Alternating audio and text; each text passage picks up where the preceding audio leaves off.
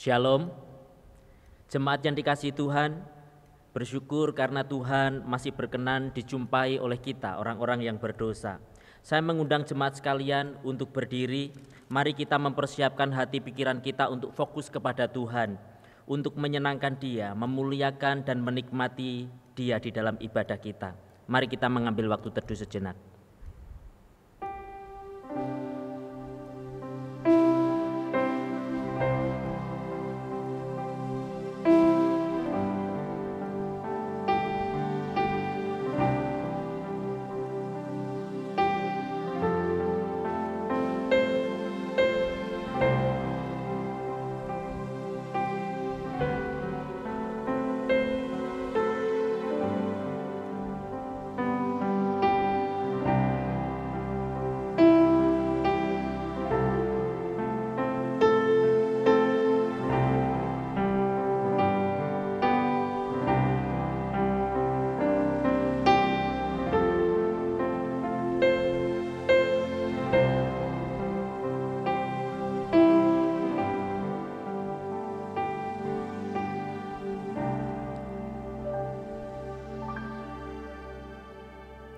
Aku hendak memuji Tuhan pada segala waktu, puji-pujian kepadanya tetap di dalam mulutku. Karena Tuhan jiwaku bermegah, biarlah orang-orang yang rendah hati mendengarnya dan bersuka cita. Muliakanlah Tuhan bersama-sama dengan aku, marilah kita bersama-sama memasyurkan namanya. Pertolongan kita adalah di dalam nama Tuhan yang menjadikan langit dan bumi. Ibadah kita pada hari ini ditahbiskan di dalam nama Allah Bapa, Allah Putra dan Allah Roh Kudus. Kasih karunia, rahmat dan damai sejahtera dari Allah Tritunggal menyertai saudara.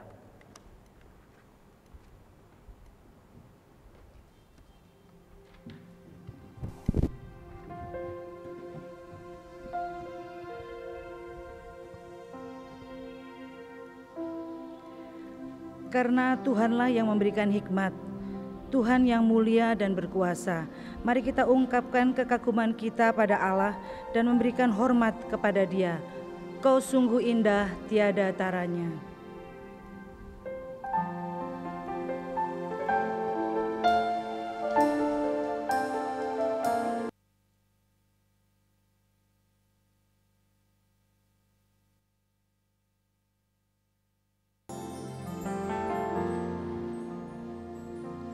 Kau sungguh indah tiada taranya, sungguh menakjubkan, sungguh ajaib untuk dimengerti, lebih dari semua yang ada. Hikmat-Mu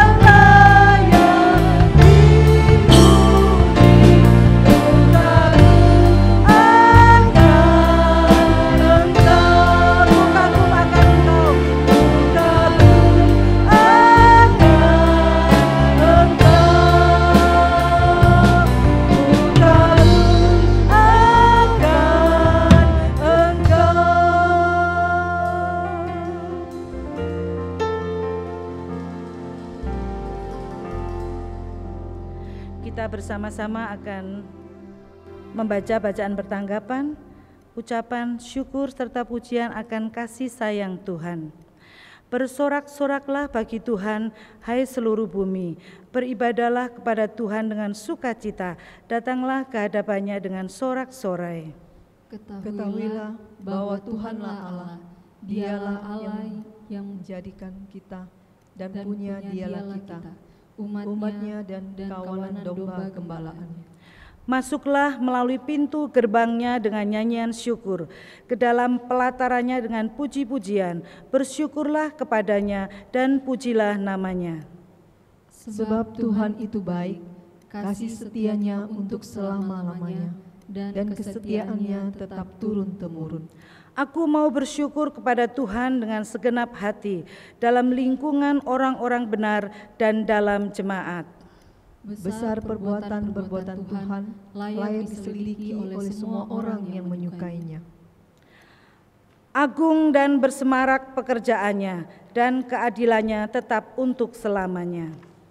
Perbuatan-perbuatannya yang ajaib dijadikannya peringatan. Tuhan itu pengasih dan penyayang. Perbuatan tangannya ialah kebenaran dan keadilan, segala titahnya teguh. Kokoh untuk seterusnya dan selamanya, dilakukan dalam kebenaran dan kejujuran. Dikirimnya kebebasan kepada umatnya, diperintahkannya supaya perjanjiannya untuk selama-lamanya. Namanya kudus dan dahsyat. Permulaan hikmat adalah takut akan Tuhan. Semua orang yang melakukannya berakal budi yang baik. Puji-pujian kepadanya tetap untuk selama-lamanya. Mari kita bersama-sama sidang jemaat kita mengucap syukur dalam doa ucapan syukur dan pengakuan dosa. Bapa yang ada di dalam kerajaan surga yang mulia, kami bersyukur dan berterima kasih Tuhan untuk setiap pemeliharaan Tuhan dalam setiap kehidupan jemaat-Mu Bapa. Kami sungguh bersyukur di masa pandemi COVID-19 ini Tuhan. Kami sungguh merasakan penyertaan Tuhan, pertolongan Tuhan yang begitu besar dalam hidup kami Bapa. Kami merasakan Engkau selalu menolong kami. Apa yang kami butuhkan Bapa, Engkau siapkan buat kami. Dan kami juga mengucap syukur Bapa untuk keselamatan yang Tuhan berikan buat kami, yang sudah membawa kami untuk menjadi umat-Mu, umat pilihan-Mu Bapa, yang sudah ditebus oleh darah-Mu Bapa.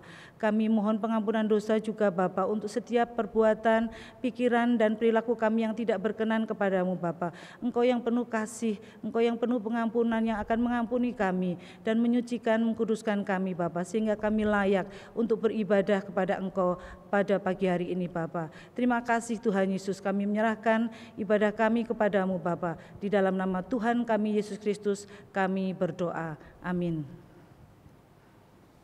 Kami persilahkan jemaat duduk kembali.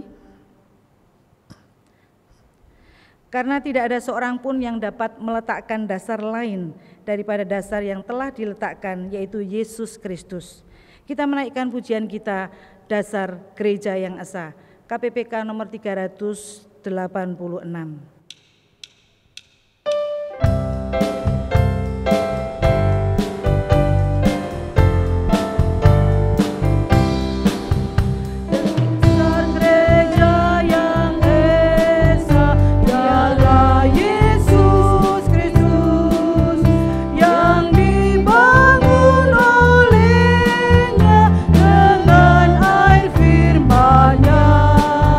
Ia datang menjadi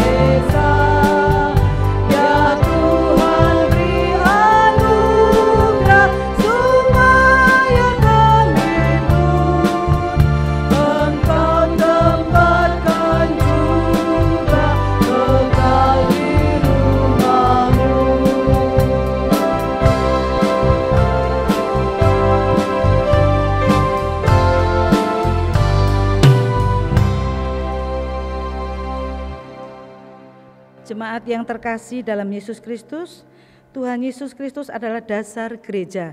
Dia gunung, batu, dan kota benteng hidup kita. Tuhan semesta alam menyertai kita. Kota benteng kita adalah Allah Yakub. Mazmur 46 ayat 12. Kita menaikkan pujian kita, Tuhan yang besar.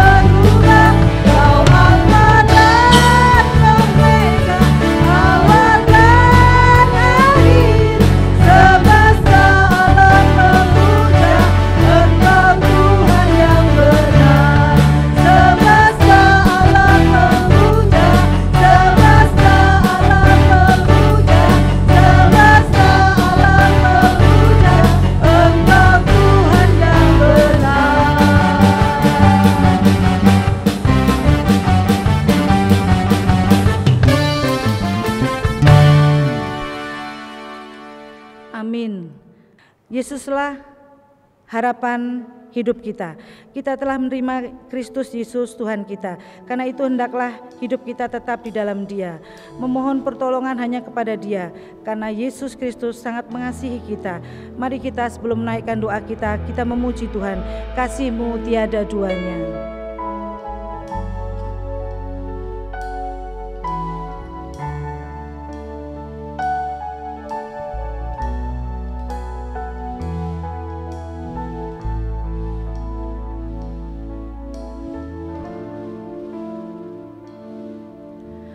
Belum pernah ada kasih di dunia sanggup menerima diriku.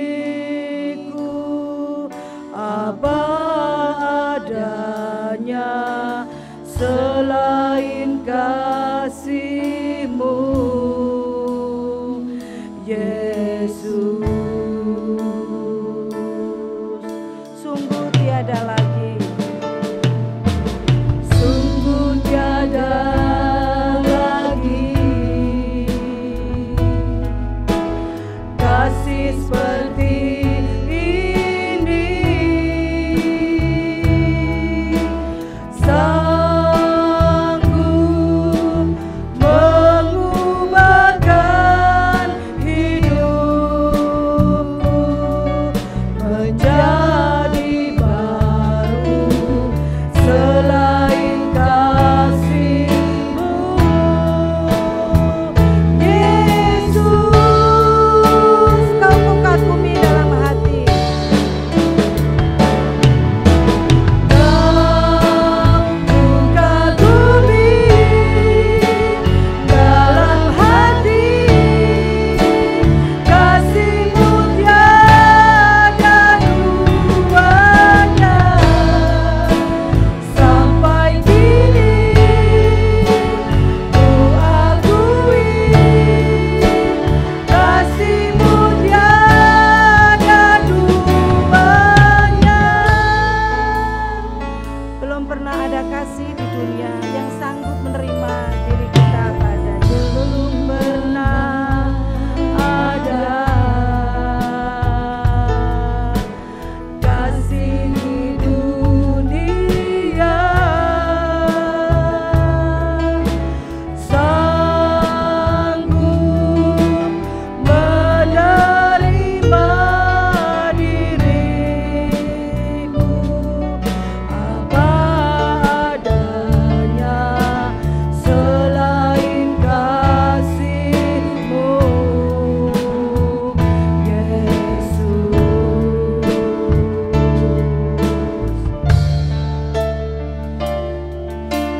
Sungguh tiada lagi kasih seperti ini. Sanggup mengubahkan hidupku menjadi baru selain kasih-Mu, Yesus. Kau mengagumi dalam hati, kau mengagumi dalam hati, kasih-Mu tiada duanya. Sampai kini ku akui, kasih-Mu tiada duanya. Mengagumi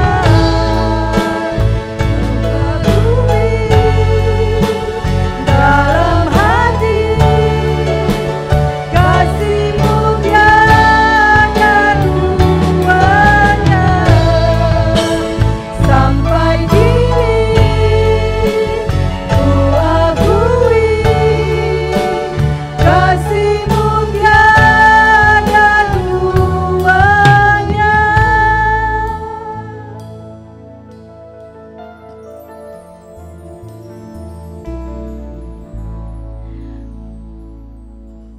Kami undang jemaat berdiri, kita bersama-sama menaikkan doa syafaat kita. Yang pertama, kita bersyukur atas pemeliharaan Tuhan selama masa pandemi melalui anugerah kesehatan dan kebutuhan yang tercukupi. Kita juga bersyukur di tengah pandemi kita memiliki banyak waktu bersama keluarga, dan mintalah hikmat Tuhan agar kita mampu memanfaatkannya dengan baik sehingga kesempatan ini menjadi berkat bagi seluruh keluarga. Mari kita bersama-sama berdoa.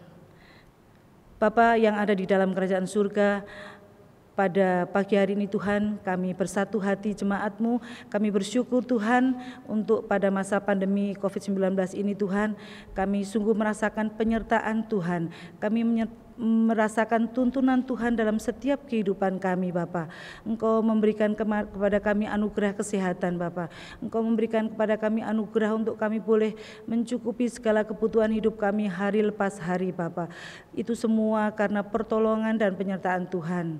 Kami juga saat ini bersyukur Tuhan pada masa pandemi COVID-19 ini Bapa, waktu kami bersama dengan keluarga lebih banyak Tuhan. Karena itu Bapa, kami mohon Tuhan yang memberikan kami hikmat dan kebijaksanaan Bapa untuk kami mengelola waktu yang ada, memanfaatkan waktu yang Tuhan berikan bersama dengan keluarga, sehingga waktu yang kami gunakan boleh menjadi berkat di dalam seluruh keluarga kami. Terima kasih Tuhan Yesus, terpujilah namamu Bapa.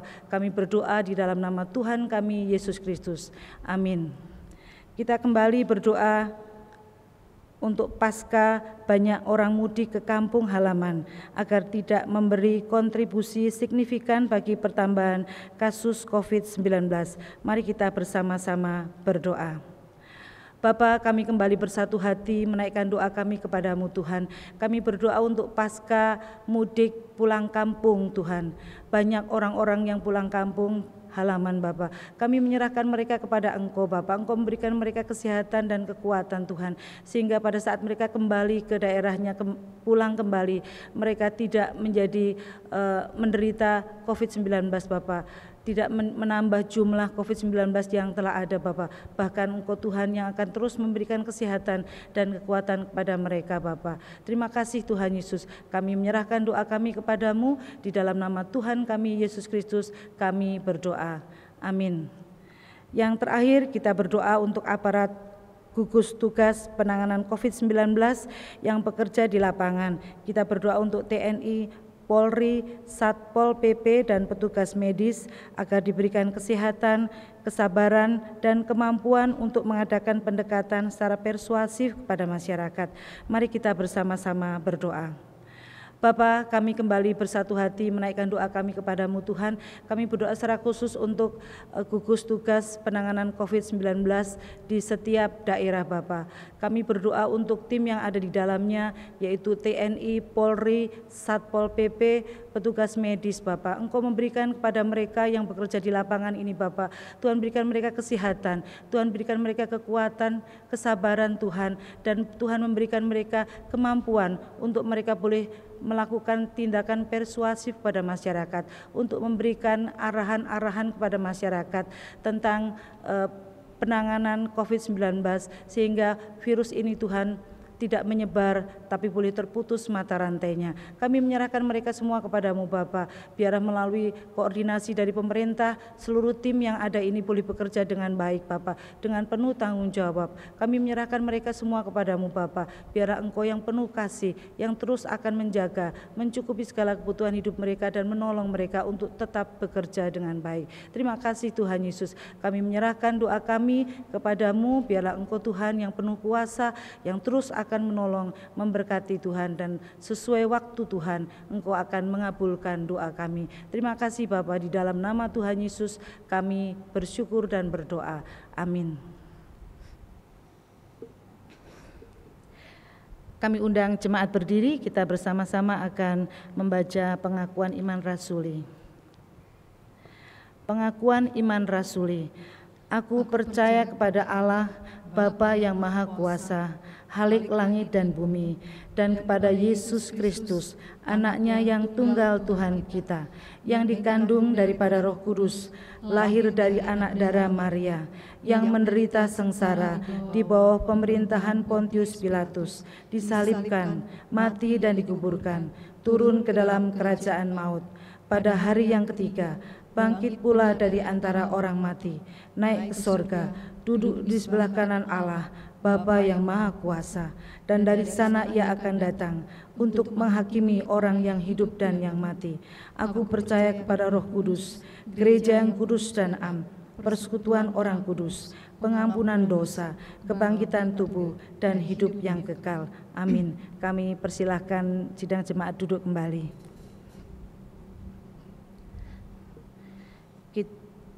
Kita bersama-sama akan memberikan persembahan sebagai tanda ucapan syukur kita kepada Tuhan untuk penyertaan yang sudah Tuhan Yesus berikan di dalam kehidupan kita keluarga masing-masing. Kami persilahkan kepada Bapak Ibu untuk memberikan persembahan melalui rekening yang tertera pada layar kaca kita. Kita akan bersama-sama menaikkan pujian kita, Betapa Hatiku Berterima Kasih.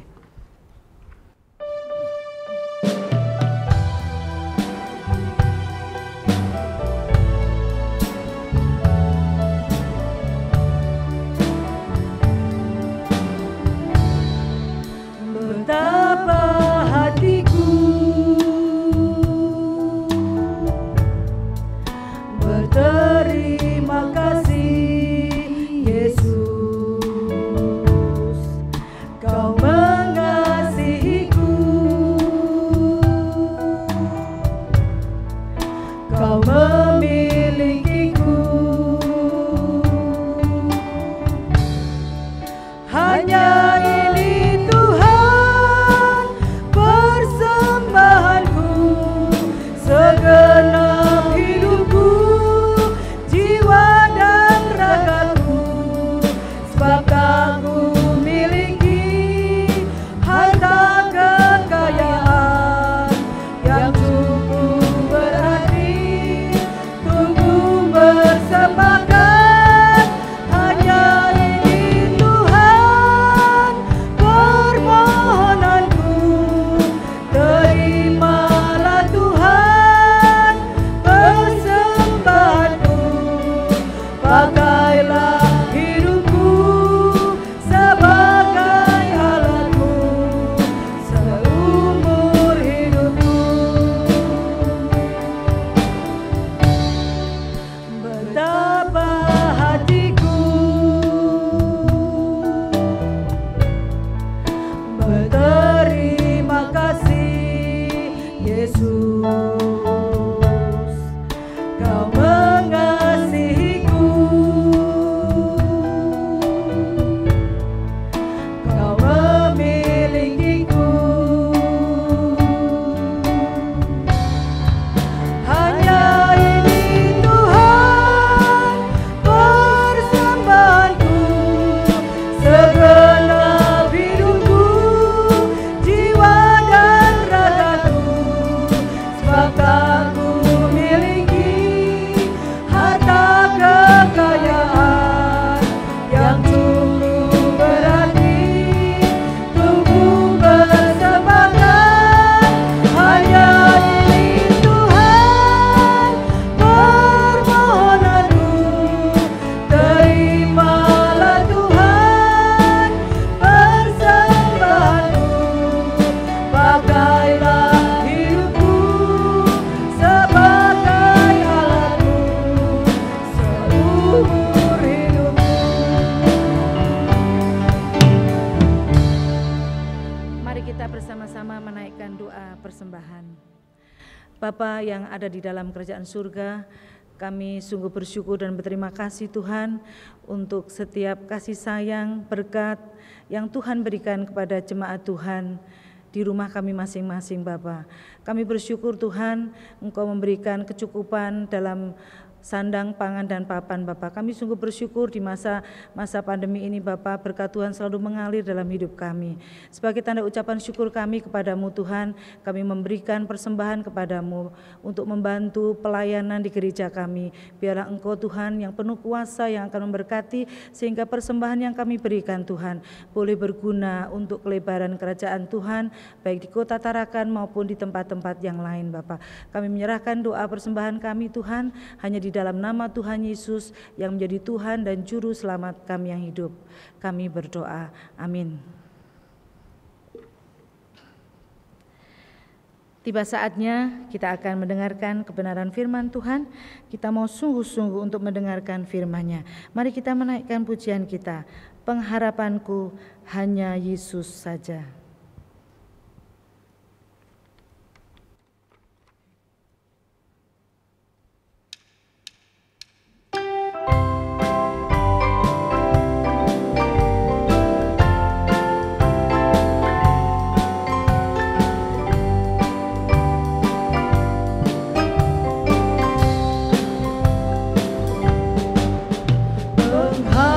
Pengharapanku hanya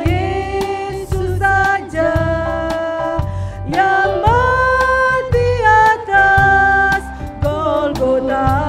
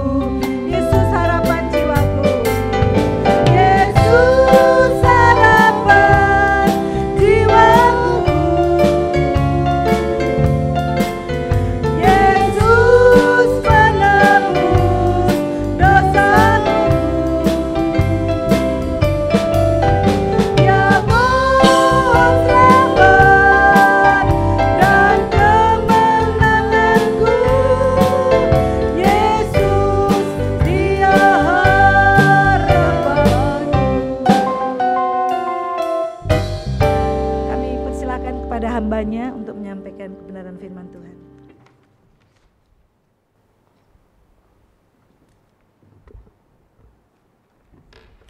Mari kita berdoa. Tuhan, buatlah hati kami tenang, sebab kami tahu ketenangan sejati hanya ada padamu. Engkau gembala agung kami, dan Engkau bukan hanya memelihara kami dengan sempurna, tetapi di dalam Kristus Engkau telah menebus kami. Di dalam Kristus Engkau telah memberi kami jaminan pasti hidup yang kekal. Sebentar lagi kami akan menikmati firman-Mu. Kiranya firman-Mu yang kudus, firman yang mulia, firman yang hidup, mengokohkan iman kami di dalam mengiring Engkau. Dan kiranya Engkau dimuliakan melaluinya. Di dalam Yesus Kristus kami berdoa. Amin. Shalom, salam sejahtera di dalam kasih Tuhan kita Yesus Kristus. Nah saudara, jika kita memperhatikan kolom duka cita di dalam surat kabar, maka kita akan menemukan di sana tertera sebuah kalimat yang bunyinya telah meninggal dunia dengan tenang. Telah meninggal dunia dengan tenang. Nah pertanyaannya adalah, apakah semua orang yang meninggal selalu disertai dengan perasaan yang tenang? Belum tentu saudara. Ada orang ketika dia sedang marah besar, tiba-tiba dia meninggal, terkena serangan jantung. Nah yang lain lagi kita menemukan ada orang di dalam keadaan syok ketika mendengar suatu kabar atau menyaksikan sebuah peristiwa tiba-tiba juga meninggal. Tekanan darah tinggi, pembuluh darahnya pecah. Nah, jika demikian, kenapa tidak ada berita kematian yang mencantumkan kalimat telah meninggal dengan marah-marah? Atau kenapa kita tidak bisa menemukan kalimat duka cita telah meninggal dengan gelisah? Nah, saudara, beberapa waktu yang lalu di media sosial saya membaca sebuah berita. Ceritanya polisi bersama Satpol PP menggerebek sebuah lokasi perjudian, tempatnya itu di tepi sungai. Nah, saudara, kontan orang yang sedang asik berjudi. Mereka kemudian kaget melihat kedatangan polisi dan Satpol PP, lalu kemudian mereka kocar-kacir. Dengan tergesa-gesa mereka kemudian melarikan diri, ada yang menceburkan diri ke sungai, dan ironisnya saudara, ketika beberapa orang itu menceburkan diri ke sungai, ada beberapa di antara mereka kemudian mati tenggelam. Nah, saudara, saya yakin seandainya kematian orang ini masuk dalam kolom duka cita, tetap yang tertera tulisannya adalah telah meninggal dunia dengan tenang, bukan telah meninggal dunia dengan tergesa-gesa. Tidak ada, saudara. Aneh bukan? Padahal di dalam kematian dia tergesa-gesa, lari supaya tidak terkejar polisi. Di dalam kematian dia berusaha kabur, terburu-buru, tergesa-gesa. Tetapi toh tetap di dalam kalimat yang tertulis itu adalah telah meninggal dunia dengan tenang. Nah, mengapa yang tercantum selalu dengan tenang? Saudara, ini adalah sebuah gaya bahasa yang disebut eufemisme, yaitu sebuah penyebutan yang menghaluskan sesuatu. Saudara, kalimat eufemisme itu memberi kesan bahwa kematian itu pasti terjadi secara tenang. Tetapi perhatikan baik-baik, ini cuma kesan, saudara. Kenapa? Kalimat eufemisme itu sebetulnya memberitahukan kita dua hal. Yang pertama adalah setiap orang itu pasti ingin meninggal dengan cara yang terhormat, sekalipun tidak semua orang kenyataannya meninggal dengan cara yang demikian. Lalu kemudian yang kedua, kita takut sebetulnya terhadap kematian itu. Itu sebabnya kematian adalah topik yang tabu untuk dibicarakan banyak orang. Budaya kita adalah budaya yang menolak kematian, karena kematian dipandang sebagai peristiwa yang menakutkan, yang mengerikan. Nah, hari ini saya mengajak saudara sekalian untuk melihat pandangan Alkitab tentang eskatologi pribadi atau disebut juga eskatologi individu. Nah, dua topik yang akan kita bahas adalah kematian fisik dan kebangkitan akhir. Sekaligus dua-dua akan kita bahas di dalam teks yang sama itu. Nah, saudara, pertanyaan yang nanti kita akan gumuli adalah, apakah kematian itu sebagai berkah atau bagi kita kematian itu adalah musibah?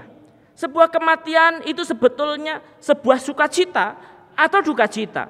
Lalu kemudian kita akan melihat bagaimana sebetulnya keadaan orang-orang percaya yang lebih dulu meninggal pada saat parousia atau kedatangan Kristus yang kedua kali.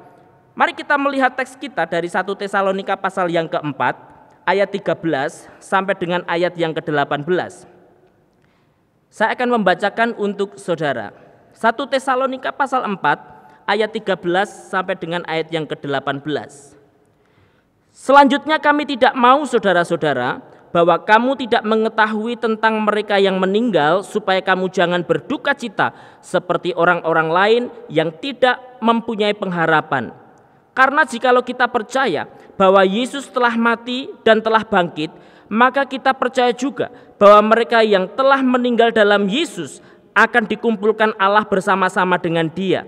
Ini kami katakan kepadamu dengan firman Tuhan. Kita yang hidup, yang masih tinggal sampai kedatangan Tuhan, sekali-kali tidak akan mendahului mereka yang telah meninggal. Sebab pada waktu tanda diberi, yaitu pada waktu penghulu malaikat berseru dan sangkakala Allah berbunyi, maka Tuhan sendiri akan turun dari surga, dan mereka yang mati dalam Kristus akan lebih dahulu bangkit. Sesudah itu kita yang hidup, yang masih tinggal, akan diangkat bersama-sama dengan mereka dalam awan menyongsong Tuhan di angkasa. Demikianlah kita akan selama-lamanya bersama-sama dengan Tuhan. Karena itu hiburkanlah seorang akan yang lain dengan perkataan-perkataan ini. Nah saudara, kehidupan sesudah kematian memang adalah sebuah topik yang misteri. Tempatnya seperti apa, suasananya seperti apa, bagaimana cara menuju ke sana. Tidak ada seorang pun yang mampu menjelaskannya secara konkret. Sehingga memikirkan tentang kematian, memikirkan tentang kehidupan setelah kematian, membuat hampir semua orang itu merasa khawatir. Jika digambarkan, kekhawatiran itu kira-kira sama seperti kalau misalnya saudara hendak berpergian ke satu tempat yang jauh atau satu negara yang jauh. Padahal selama ini saudara itu ngertinya cuma tarakan. Paling jauh perginya ke Juwata atau ke Amal, tidak pernah pergi kemana-mana. Tiba-tiba sekarang harus pergi ke tempat lain, ke negara lain yang saudara tidak pernah pergi ke sana sebelumnya. Maka pasti saudara akan bertanya-tanya sendiri di dalam hati, dan pertanyaan itu pun juga mengandung sebuah kekhawatiran. Kira-kira nyampe enggak ya? Jangan-jangan nanti tersesat. Lah kalau hilang di jalan bagaimana? Nah saudara, gambaran ini kira-kira persis seperti mertua saya. Mertua saya ada di Jawa, ketika diajak untuk pergi ke Tarakan, maka yang dipusingkan itu bukan tiket, karena tiket sudah ditanggung sama mantunya. Tetapi yang dipikirkan adalah, belum pernah pergi jauh, apalagi naik pesawat. Iya nanti kalau nyampe, kalau hilang gimana ya? Bapak Ibu yang dikasihi Tuhan, itu sebabnya tidak heran kalau kematian itu dipandang sebagai sebuah peristiwa yang sangat mengerikan. Sehingga kemudian muncul tradisi-tradisi, sehingga kemudian muncul ajaran-ajaran yang beraneka ragam seputar kematian itu.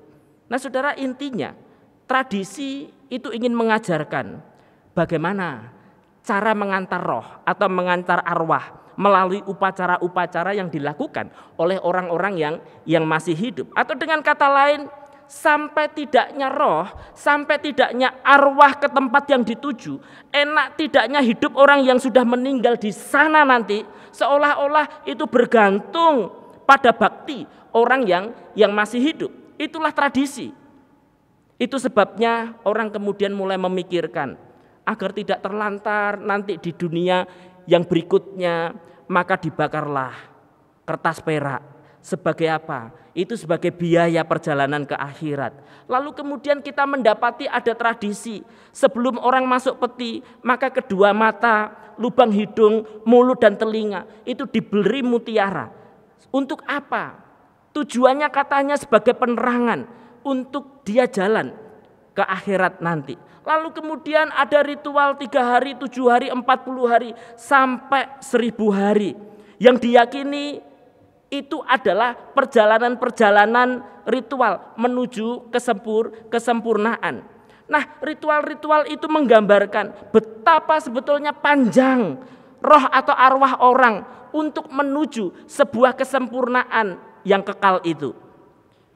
Saudara, mereka menganggap agar perjalanan itu sempurna, maka diperlukanlah bantuan orang-orang yang masih hidup. Tetapi saudara, kuncinya adalah sebetulnya ada di tempat ini. Sekalipun demikian, sekalipun ritual-ritual itu dijalankan sedemikian rupa, toh tetap mereka tidak bisa menjamin roh orang yang sudah meninggal itu sampai kepada Tuhan, sampai kepada tujuan dan hidup tenang di alam berikutnya. Tidak ada jaminan tentang hal itu. Nah saudara, perasaan yang sama, persoalan yang sama itu juga sedang dihadapi oleh jemaat yang ada di Tesalonika. Sekalipun saudara di dalam teks ini ada perbedaan pendapat tentang apa yang melatar belakangi nasihat Rasul Paulus sehingga harus mengirimkan surat, dan termasuk salah satunya adalah nasihat di dalam bagian ini. Ada sebagian itu menduga bahwa jemaat ini ada yang tidak percaya tentang kebangkitan orang mati yang diajarkan oleh para rasul. Nah, kita juga bisa menemukan misalkan di jemaat Korintus sendiri juga ada isu tentang itu. Di 1 Korintus pasal 15, saudara akan menemukan teguran Rasul Paulus kepada jemaat Korintus, di mana jemaat juga tidak percaya tentang adanya kebangkitan orang mati. Nah, itu dugaan latar belakang nasihat Paulus yang pertama. Lalu ada yang lain yang menduga kenapa Rasul Paulus sampai menuliskan bagian ini. Ada yang menduga bahwa jemaat di Tesalonika itu telah mendapatkan pengaruh dari ajaran sesat Gnostik yang mengajarkan bahwa keselamatan itu cuma berbicara tentang bebasnya jiwa, bebasnya roh dari tubuh. Atau dengan kata lain, tubuh ini jahat dan tubuh ini adalah penjara jiwa. Yang kudus, yang suci itu adalah jiwa atau roh itu. Maka perlu yang kudus, yang suci itu mendapatkan kebebasan. Dan keselamatan dalam konteks Gnostik itu hanya dipahami sebagai pelepasan jiwa dari penjara tubuh.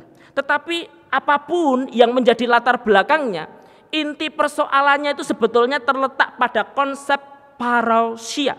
Konsep tentang kedatangan Kristus yang kedua kali, yang memang pada abad pertama ini menjadi isu yang penting bagi orang-orang Kristen. Dan isu parousia itu juga dicatat di dalam Kisah Rasul pasal 1 atau 2 Petrus pasal yang ketiga. Nah, jemaat Tesalonika waktu itu sangat bingung. Sekaligus mereka merasa sedih. Sebab di sekitar mereka ada yang mengajarkan bahwa orang yang meninggal lebih dulu, terutama mereka yang meninggal martir karena iman kepada Kristus lalu kemudian mereka mati, itu mereka mendapatkan ajaran dari luar. Katanya itu adalah orang-orang yang kurang beruntung. Kenapa? Sebab katanya mereka yang meninggal lebih dulu, mereka tidak akan menikmati kedatangan Kristus yang kedua kali dan mereka tidak diangkat ke surga. Maka itu menjadi kesedihan yang luar biasa. Apalagi mereka memikirkan keluarga mereka yang lebih dulu meninggal dan meninggalnya itu karena memberi diri karena iman, karena ikut Kristus, lalu kemudian mereka dibunuh, mereka mati martir. Mereka berpikir, aduh ini sebuah kesia-siaan kalau sampai memberi nyawa tetapi toh akhirnya tidak bisa menikmati satu suasana yang dinanti-nantikan oleh semua orang percaya, yaitu kedatangan Kristus yang kedua kali dan kemudian orang itu akan menyambutnya. Maka itu menjadi kesedihan bagi jemaat Tesalonika. Nah, itu sebabnya Bapak Ibu yang dikasihi Tuhan, di tengah perasaan yang sedih, di tengah perasaan yang bingung, di ayat 13 Rasul Paulus memberikan nasihat. Jangan berduka cita, jangan engkau bersedih, sebab orang yang di dalam Tuhan, orang yang di dalam Kristus, kematian itu sebetulnya hanyalah digambarkan sebagai tidur. Mari coba kita membaca ayat yang ke-13. Selanjutnya kami tidak mau, saudara-saudara, bahwa kamu tidak mengetahui tentang mereka yang meninggal, supaya kamu jangan berduka cita seperti orang-orang lain yang tidak mempunyai pengharapan. Nah, saudara perhatikan, kata meninggal di ayat 13, terjemahan yang tepat itu sebetulnya adalah sedang tidur. Kata yang dipakai di situ adalah koimomenon. Dan kata ini adalah bentuk halus dari kematian. Coba kita membaca satu teks yang lain, 1 Tesalonika pasal yang ke-5 ayat yang ke-10. Saya akan baca mulai ayat yang ke-9. Karena Allah tidak menetapkan kita untuk ditimpa murka, tetapi untuk beroleh keselamatan oleh Yesus Kristus Tuhan kita, yang sudah mati untuk kita, supaya entah kita berjaga-jaga, entah kita tidur, kita hidup bersama-sama dengan Dia. Saudara perhatikan kata entah kita tidur. Tidur di situ memakai kata yang sama, koimomenon. Nah, yang artinya itu adalah penyebutan halus untuk kematian. Rasul Paulus di dalam pasal yang ke-5 ini, entahkah engkau hidup, entahkah engkau mati, maksudnya tetap kita itu ada bersama-sama dengan Tuhan. Kita ada di dalam Kristus. Nah, jadi kata meninggal atau sedang tidur ini punya maksud. Sebetulnya kematian orang percaya itu hanyalah sementara. Sebab mereka akan mendapatkan kebangkitan dan mereka juga akan mendapatkan hidup yang kekal. Nah, saudara, isi nasihat Paulus adalah supaya mereka jangan seperti orang-orang lain ketika mereka menghadapi kematian. Nah, siapakah yang dimaksud dengan orang-orang lain di sini?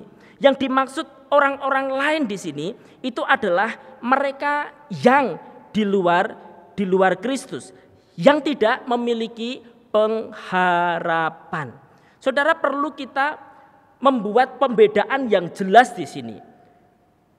Nasihat supaya jangan bersedih, lalu kemudian nanti kita melihat alasannya kenapa kita tidak perlu bersedih, itu berlaku hanya untuk orang-orang yang di dalam Tuhan. Perbedaannya cukup tegas apa yang disampaikan oleh Paulus. Perbedaannya adalah orang di dalam Kristus itu ada pengharapan, tetapi orang yang di luar Kristus itu tidak ada pengharapan. Itu sebabnya wajar kalau di luar Kristus mereka tidak punya pengharapan, lalu mereka menghadapi sebuah kematian, mereka merasa bersedih.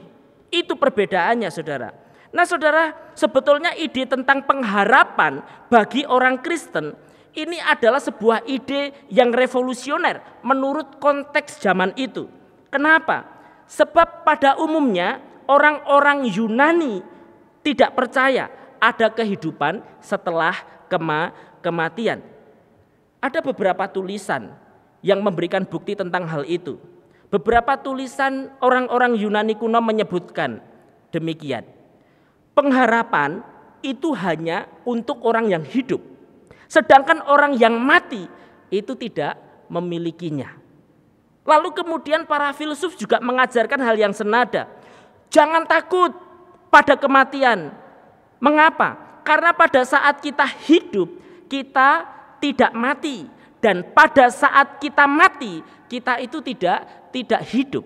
Saudara, ini memang filosofis. Tetapi intinya adalah di bagian akhir dia mengatakan bahwa sebetulnya tidak ada kehidupan setelah kematian. Maka tidak perlu susah-susah memikirkan tentang hal itu. Nah, saudara, ini menunjukkan betapa gelap budaya mulai zaman itu. Ajaran-ajaran agama mulai zaman itu tentang kematian. Mereka bukan cuma tidak bisa meraba, mereka memang betul-betul gelap dan mereka tidak punya penuntun tentang kehidupan setelah kematian itu. Nah, itu sebabnya cukup menarik ketika kita melihat nasihat Rasul Paulus yang berikutnya. Sebab Rasul Paulus bukan cuma jangan bersedih, tetapi ada larangan untuk bersedih. Itu bagi dunia kuno terasa janggal. Nah, kenapa? Bapak Ibu yang dikasihi Tuhan, sebab di dalam budaya Yahudi, waktu ada kematian, maka mereka biasa memanggil peniup seruling, lalu kemudian menyewa wanita peratap di dalam upacara perkabungan. Nah, bahkan di dalam tradisi Yahudi, bagi orang miskin pun itu diwajibkan paling sedikit harus menyewa 2 peniup seruling dan 1 wanita peratap. Nah, jadi sebuah budaya meratap itu sangat familiar di dalam konteks Yahudi kuno. Nah, itu sebabnya ketika Rasul Paulus mengatakan jangan engkau bersedih, maka itu sebetulnya hal yang tidak wajar atau hal yang tidak familiar bagi orang-orang Yahudi.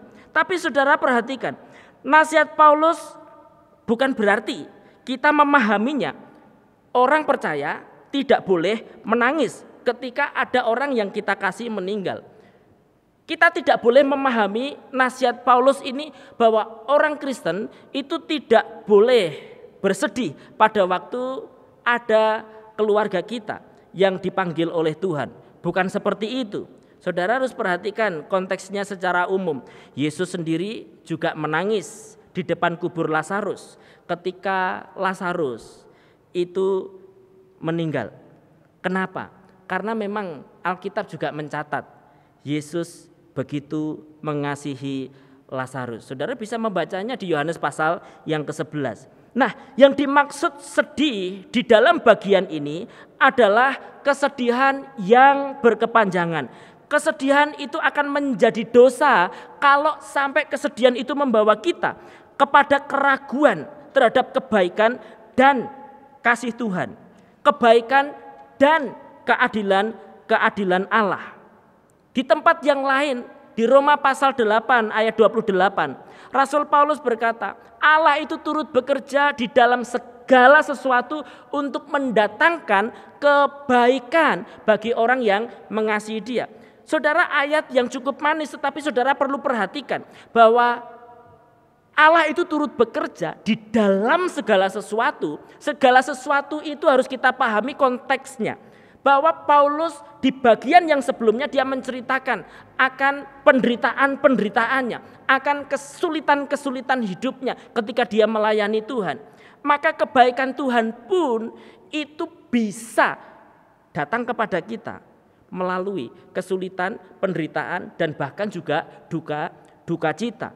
Nah, itu sebabnya yang perlu kita pahami adalah kebaikan Tuhan itu memakai instrumen apa saja. Justru itu menunjukkan kedaulatan Allah terhadap segala sesuatu. Kebaikan Allah yang tidak dikontrol oleh pikiran kita. Sebab kita sudah punya kotak sendiri. Kalau Tuhan itu baik, maka kita kaya raya.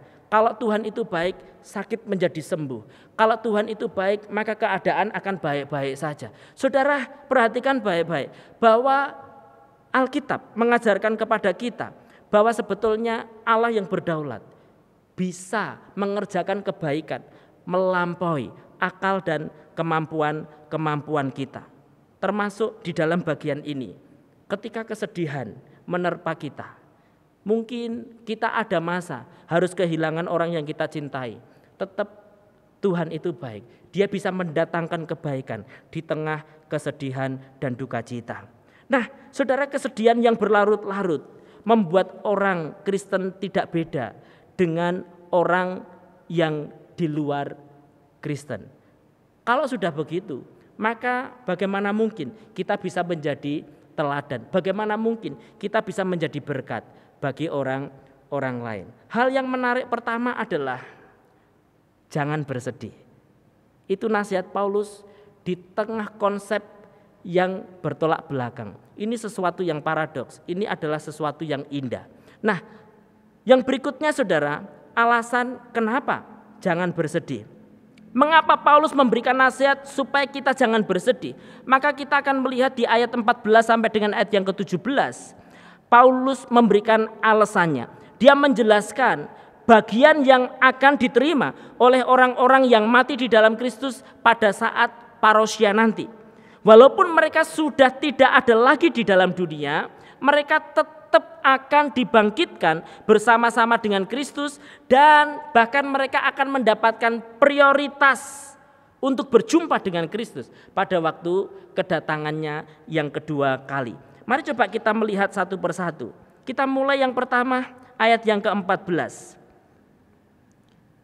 Karena jikalau kita percaya bahwa Yesus telah mati dan telah bangkit, maka kita percaya juga bahwa mereka yang telah meninggal dalam Yesus akan dikumpulkan Allah bersama-sama dengan Dia. Nah, alasan kenapa jangan bersedih, ayat 14 memberitahu mereka yang mati dalam Kristus akan tetap bersama-sama dengan Dia. Nah, saudara, dalam ayat ini Paulus menegaskan kebersamaan dengan Kristus bagi orang yang lebih dulu meninggal dunia. Itu adalah jaminan supaya kita tidak bersedih. Nah, saudara, memang ada perbedaan terjemahan. Ada beberapa versi Alkitab yang menerjemahkan melalui Yesus. Misalkan kalau saudara membaca di dalam versi Revised Standard Version atau New Revised Standard Version, maka saudara akan menemukan terjemahan melalui Yesus. Sementara mayoritas terjemahan Inggris yang lainnya, misalkan King James Version, American Standard Version, NIV, and ESV menerjemahkan bersama-sama dengan Yesus. Nah, secara tata bahasa, kedua terjemahan ini dua-duanya bisa dibenarkan secara tata bahasa. Tetapi kalau kita memperhatikan konteksnya, maka bersama-sama dengan Yesus itu tampaknya tidak tepat. Nah, di dalam teks ini, di dalam ayat 14 ini, parousia itu digambarkan Yesus datang dari surga ke awan-awan, ayat 16-nya. Yesus datang dari surga ke awan-awan, sehingga sangat janggal kalau kemudian Yesus itu juga menjadi objek yang dibawa oleh Allah bersama dengan orang percaya yang lainnya. Nah, maka yang tepat adalah melalui Yesus.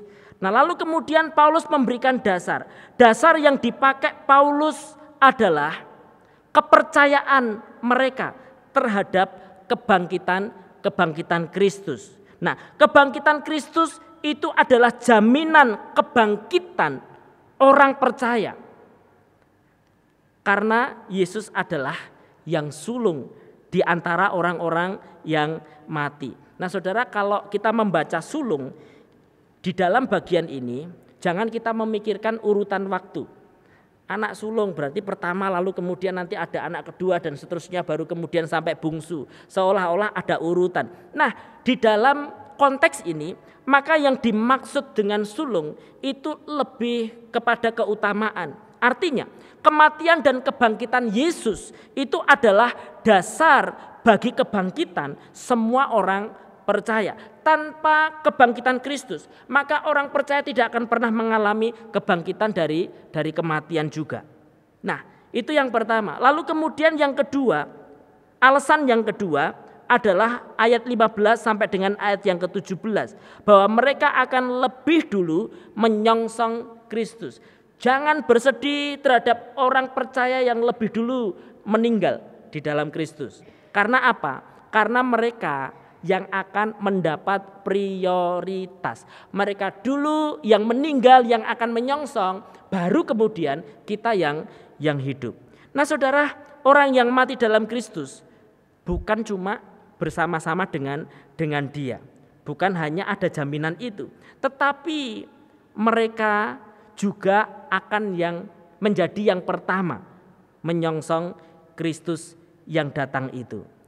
Baru kemudian setelah itu, kalau kita diperkenankan Kristus datang yang kedua, kita masih hidup, baru kemudian kloter yang kedua adalah kita yang hidup itu.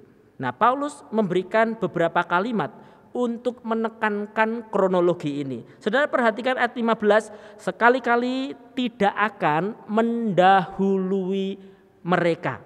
Lalu kemudian ayat 16, lebih dulu bangkit. Dan kemudian ayat 17, sesudah itu. Saudara, kalimat-kalimat itu memberikan penekanan tentang kronologi kira-kira apa yang akan terjadi nanti. Walaupun sebetulnya perbedaan waktu antara dua peristiwa itu hanya terjadi dalam waktu yang sekejap atau simultan. Tetapi Rasul Paulus merasa perlu untuk menjelaskan secara kronologis karena memang kita hidup di dalam waktu sehingga kita membutuhkan urutan-urutan itu untuk menunjukkan sebuah pengajaran atau keutamaan yang dia maksud. Nah, maka saudara, kronologi itu memberitahu kepada kita bahwa sebetulnya di dalam ajaran kekristenan, kebangkitan tubuh yang mendapatkan prioritas adalah orang-orang percaya yang lebih dulu meninggal dunia. Nah, saudara yang kasih dalam Tuhan, maka ini menjadi berita yang berbeda bagi jemaat Tesalonika. Kalau tadinya mereka dibingungkan dengan adanya ajaran-ajaran lain yang mengatakan, waduh kasihan engkau punya orang-orang yang percaya kepada Yesus dari antara keluargamu, tetapi iman mereka itu tidak menghasilkan buah. Kenapa? Sebab mereka itu tidak akan bisa menyongsong kehadiran Tuhan. Mereka yang mati lebih dulu itu adalah orang-orang yang malang. Saudara, maka Rasul Paulus datang dengan berita, meluruskan berita yang benar, bahwa sebetulnya justru merekalah yang berbahagia, lebih berbahagia, sebab mereka yang mendapatkan prioritas. Nah Bapak Ibu yang dikasihi Tuhan, bagian terakhir ayat yang ke-18 itu adalah konklusi. Nasihat Paulus setelah jemaat mendengar tentang ajaran yang benar, setelah kita semua juga mendengarkan ajaran yang benar, maka apa yang harus kita kerjakan sekarang? Rasul Paulus memberikan nasihat di ayat yang ke-18. Karena itu, hiburkanlah seorang akan yang lain dengan perkataan-perkataan ini. Nah, saudara perhatikan, sebagai konklusi dari semua ajaran yang ada 13 sampai dengan 17, Paulus memberikan nasihat kepada jemaat Tesalonika. Terus meneruslah saling menghibur satu dengan yang lain. Saudara, penghiburan di sini ini bukan sekedar penghiburan secara moral. Kalau sekedar moralitas atau secara psikologis, maka kita semua juga melakukannya. Ada orang lain, bahkan tetangga pun yang berduka cita, mesti kita akan memberikan penghiburan, entah itu dengan kehadiran kita, entah itu dengan perkataan kita. Tetapi seringkali perkataan kita secara moralitas itu tidak memberikan jaminan, tidak memberikan ajaran kepastian tentang keadaan yang di sana. Hanya cukup memberikan hiburan yang sifatnya filantropis saja. Nah Bapak Ibu yang dikasihi Tuhan, nasihat Paulus untuk saling menghibur ini maksudnya adalah supaya sesama orang percaya itu meluruskan, sesama orang percaya itu berbagi kebenaran, dan yang dimaksud dengan perkataan-perkataan itu tentu saja adalah firman Tuhan. Sebab apa yang dikatakan oleh Rasul Paulus di situ, itu dia mengatakan di ayat yang sebelumnya itu sebagai firman Tuhan.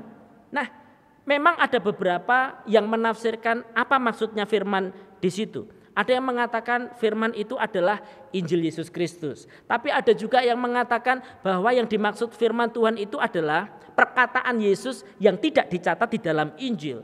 Tetapi ada juga yang menafsirkan bahwa sebetulnya bagian itu adalah wahyu khusus yang diterima oleh Rasul Paulus. Dan para sarjana memang menafsirkan lebih banyak poin yang ketiga. Dan sesuai dengan konteks, memang ini adalah sesuatu yang baru yang diajarkan terutama oleh Rasul Paulus. Di tempat yang lain Rasul Paulus juga mengajarkan hal yang sama. Jadi ketika kita diminta untuk menghibur satu dengan yang lain, itu dasarnya bukan hanya sekedar kasihan, dihibur supaya tidak sedih lagi, bukan. Tetapi menghibur, menasehati itu dengan firman. Sehingga ketika orang menerima penguatan atau penghiburan yang semacam ini, maka itu penghiburannya bukan penghiburan yang sia-sia. Nah saudara, ucapan apa yang bisa memberi damai dan sukacita bagi mereka yang bersedih? Yang dibutuhkan bukan sekedar hiburan, bukan. Yang dibutuhkan itu adalah berita kebenaran yang membawa damai sejahtera yang sejati. Maka Rasul Paulus di dalam surat 1 Tesalonika ini memberikan sesuatu yang penting, dasar yang penting bagi kita, untuk kita tidak lagi takut, khawatir, memikirkan tentang kehidupan setelah kematian. Sebab di dalam Kristus kita bersama-sama dengan Dia. Sebab di dalam Kristus ada jaminan hidup yang kekal dan pasti. Maka kita juga jangan bersedih ataupun kita juga merasa kacau karena kepergian orang-orang yang kita cinta.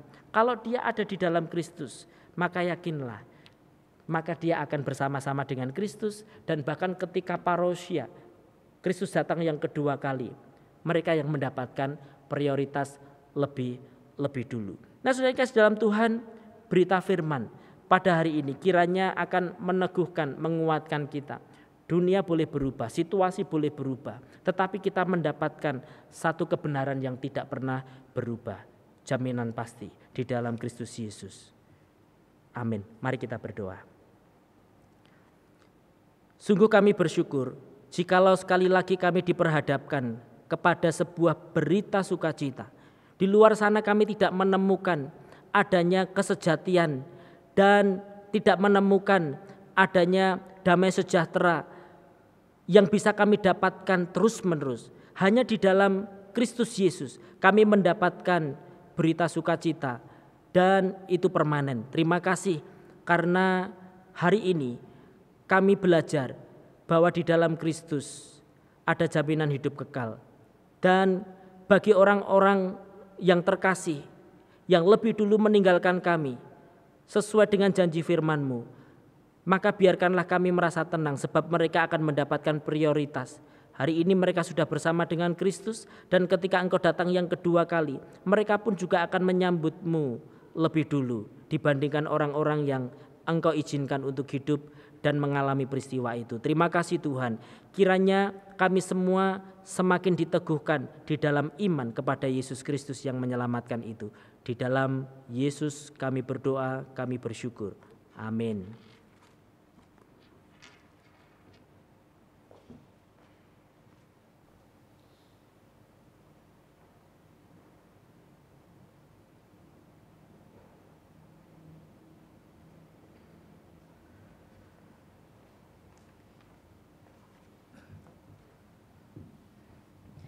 Kita bersyukur untuk firman yang sudah kita dengarkan bahwa jaminan hidup kita hanya ada dalam Yesus Kristus.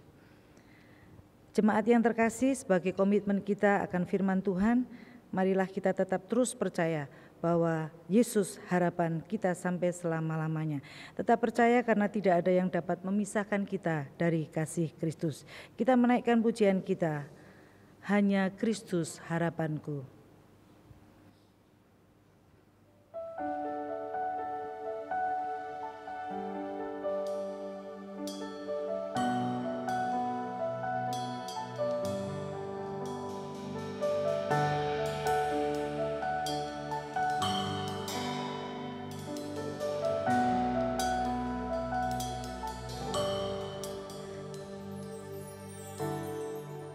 Hanya Kristus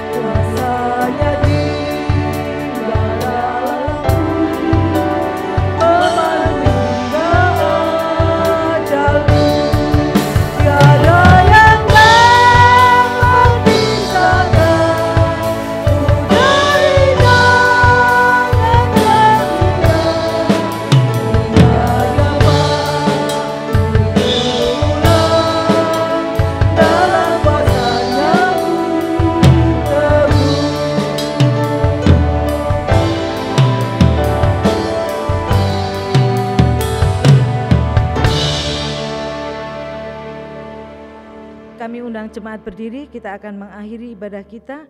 Doksologi, doa berkat dan amin song akan dipimpin oleh Bapak Pendeta Yusak.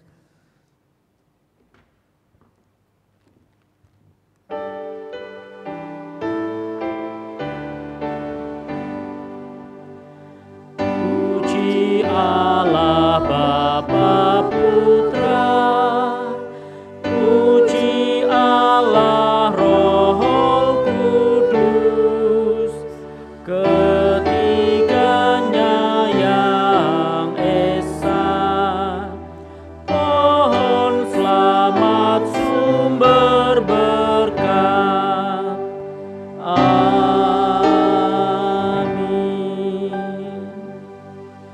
Aku telah mengakhiri pertandingan yang baik, aku telah mencapai garis akhir dan aku telah memelihara iman. Sekarang telah tersedia bagiku mahkota kebenaran yang akan dikaruniakan kepadaku oleh Tuhan, Hakim yang adil pada harinya. Tetapi bukan hanya kepadaku, melainkan juga kepada semua orang yang merindukan kedatangannya. Jemaat yang dikasihi Tuhan, engkau telah mendengar firman, maka di dalam Kristus jangan mengkhawatirkan hari esok, terutama di dalam kekekalan, sebab Kristus memberikan jaminan yang pasti. Nantikanlah dengan pengharapan kedatangannya yang kedua kali dengan sukacita di dalam Dia. Terimalah berkat-Nya. Kiranya kasih karunia dari Allah Bapa, Allah Putra dan Allah Roh Kudus memberkati dan menyertai saudara hari ini sampai selama-lamanya.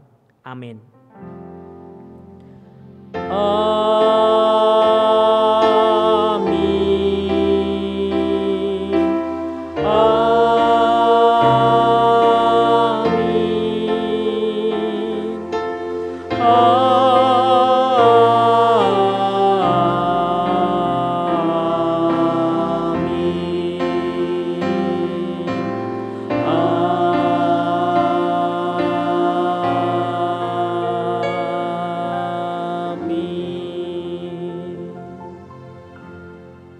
Jemaat dipersilakan duduk, selanjutnya akan disampaikan warta.